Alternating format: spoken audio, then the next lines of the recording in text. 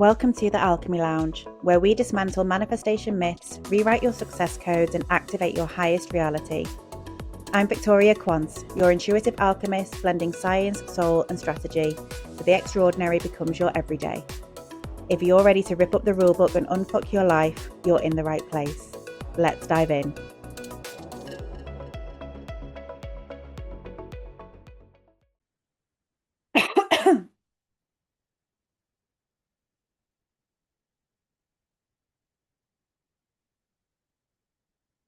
This is the moment that you begin to question reality because at some point something cracks open in you and you start questioning things.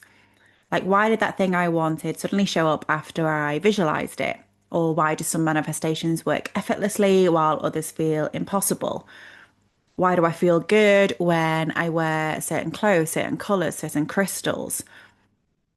And you start to explore a little bit more. The fact that you're listening to this podcast tells me that you could potentially be in the exploration phase. You could be in a phase kind of further along, although I don't like to give them any kind of hierarchy because we are where we are. However, this is kind of like the start of like the awakening process, if you will. If that helps you kind of get to grips with this in terms of levels, then that's absolutely fine. Whatever works for you.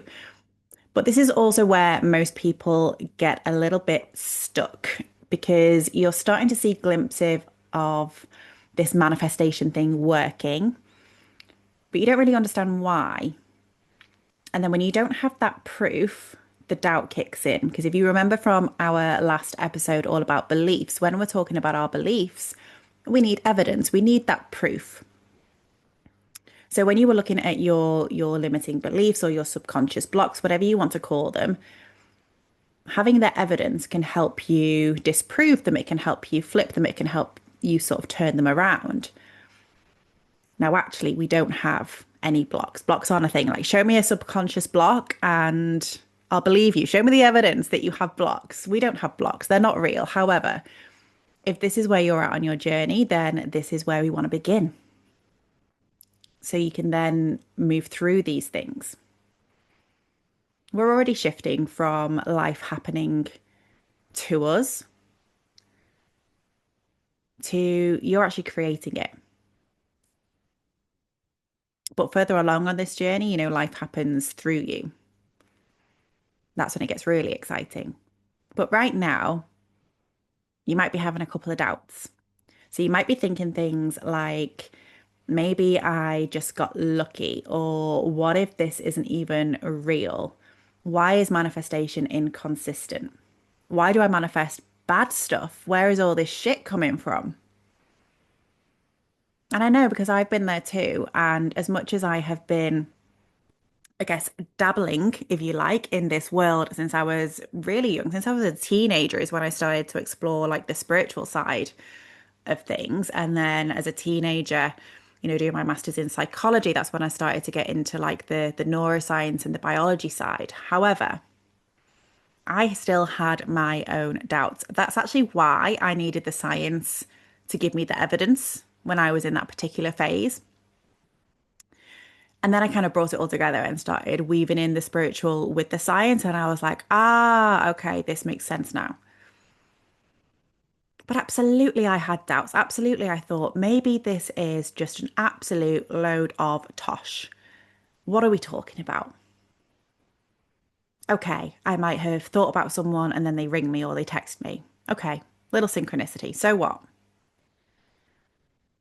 So what if I'm really drawn to this particular amethyst crystal and it makes me feel all warm and fuzzy when I hold it? So what?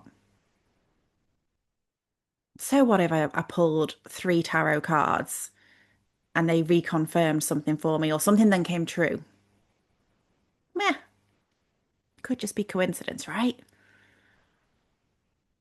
So this phase is so bloody exciting because you're playing with the idea of manifestation. You're playing with alchemy and the possibility of changing things in your own life.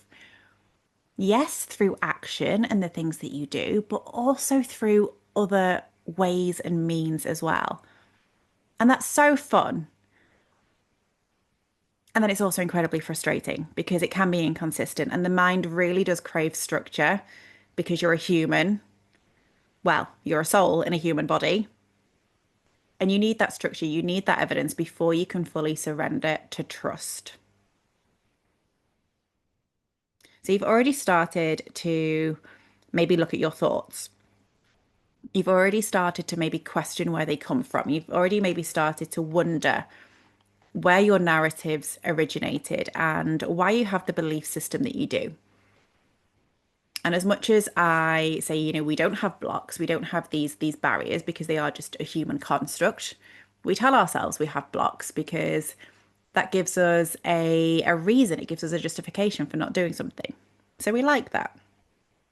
It's all about perception, as you will come to realize. But now we want to take on a little different challenge. You've been looking at the origins of your stories and you've been looking at evidence. Now we just want to reframe things. And this is really to shift that perception for you. So let's see. You're stuck in traffic. And instead of getting frustrated and impatient, and we say this traffic is really annoying, what if we have a different perception that you are exactly where you are meant to be? And maybe this delay is protecting you or it's redirecting you for a reason. Instead of getting really frustrated that things are taking so long, how about we flip to the perception that time moves according to you and your alignment? You are exactly where you need to be. And this is how you actually start to make manifestation work for you more intentionally rather than just hoping that it happens. If you followed me for a little while, you've probably heard me say, about me when I was single and wanting to manifest my soulmate and just hoping and wishing and imagining that Chris Hemsworth was going to come knocking on my door. Needless to say, he did not. However, I did start to work with manifestation intentionally and I did attract my soulmate, and I am now married to my soulmate. It's terribly exciting. We're in that gorgeous honeymoon phase. So we want to start working with manifestation more intentionally. So you know that it's not just luck. So you can give yourself that evidence. So you can start to look at different perspectives. You can play with all these things. And after the next short break, we're going to come back and look at how we balance that intuition and understanding.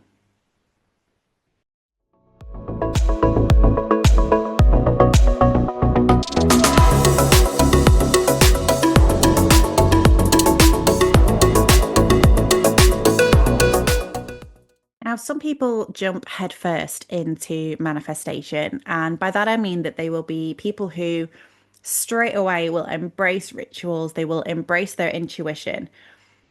Others will need logic. They will need a clearer understanding of why manifestation works. They perhaps want a process, a step-by-step guide before they will trust it. And neither approach is wrong because some souls will lean more into flow, into that feminine, where others will require evidence and the masculine before they can surrender to the whole notion of manifestation. And by the way, when I talk about feminine and masculine, I'm just purely talking about an energy here. It's nothing to do with gender, but the feminine energy is all about flow and creation, whereas the masculine energy is all about certainty and that logic, and sort of more strategic, if you like. So if we have a look at where you're potentially sat right now, if you are a skeptic, you probably need psychology, you need neuroscience, you need quantum mechanics in order to anchor your beliefs in this whole thing actually being real and you being able to actually control it in some way as well. You probably do need that step-by-step guide. You probably need more information on how this is working, why this is working. And that was definitely part of my journey as well. I adored when I was doing my master's in psychology. I loved learning how we work. I love knowing what makes the brain tick. I love understanding human behavior and cognition and neuroscience. And that actually really helped me with understanding this whole concept of manifestation and what it really is. And on a scientific level, actually, manifestation is brain training, which I will talk to you more about in another episode. But if you are someone who is a little bit sort of apprehensive about this and what the hell we're talking about with manifestation, why is this any relevance to me as, maybe you're an entrepreneur, maybe you're a business owner, maybe you're a CEO, and you're like, why is this going to help me improve my business? How on earth is this going to improve my revenue, improve my workplace culture? What has this got to do with anything? Check out the science, check out the logical stuff. If it's good enough for Olympic athletes, it's good enough for us too. So we will dive into that a little bit deeper. You perhaps are more of the mystical side. You trust your intuition. There's energy around. You trust in unseen forces as well. You have no problem with that. You're probably someone who is quite spiritual already. You probably do believe that you have a soul as well as a body. You may have different religious beliefs and different faiths, but ultimately you do have that inner knowing that there is something more. So you can trust that side of things a little bit more easily. You might not really understand the scientific side. And for you, you maybe don't even need to worry about that because you've got the faith already. And what I love about the work that I do is I get to blend both of these. Like a hybrid model. Because that is when it becomes effortless, because you've covered all bases then. You've helped your human, you've helped your physical body, and you've also nurtured your soul and your spirit. Whether you believe in it or not, we've covered all the realms of possibility. So, a little experiment for you. This is like a little experiment in self-trust. So over the next couple of days, I'd love for you to just pick one thing you want to manifest, one thing that you want to attract into your life. Now, straight away, you may have gone to something really big, really monumental. And depending on where you're up to in your journey, pick something that's going to help you with this experiment. You could pick really simple things. When I very first started playing with manifestation, I would, manifest a free coffee or a car parking space right at the front of the gym entrance, for example. Doesn't really correlate to the gym goal with having to get as close as possible so I don't have to walk anymore. I was already working out. I don't need to walk as well. So pick one thing you want to manifest. Can be a really big, audacious goal if you want to. It can be something really, really simple because you want to play with it and see how it works. Now, if you are leaning towards the logic, then I invite you to go and study how your subconscious beliefs are creating your reality right now. Start to look into the science of the mind. There will be more podcast episodes to help you do that as well.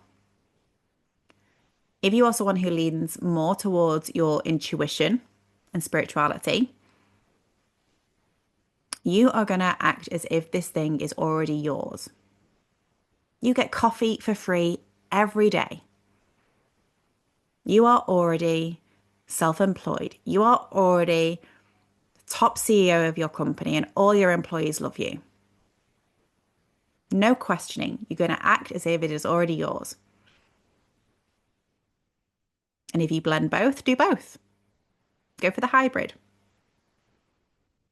Because your soul already understands manifestation. Your soul doesn't need an explanation of this because it already knows how this works.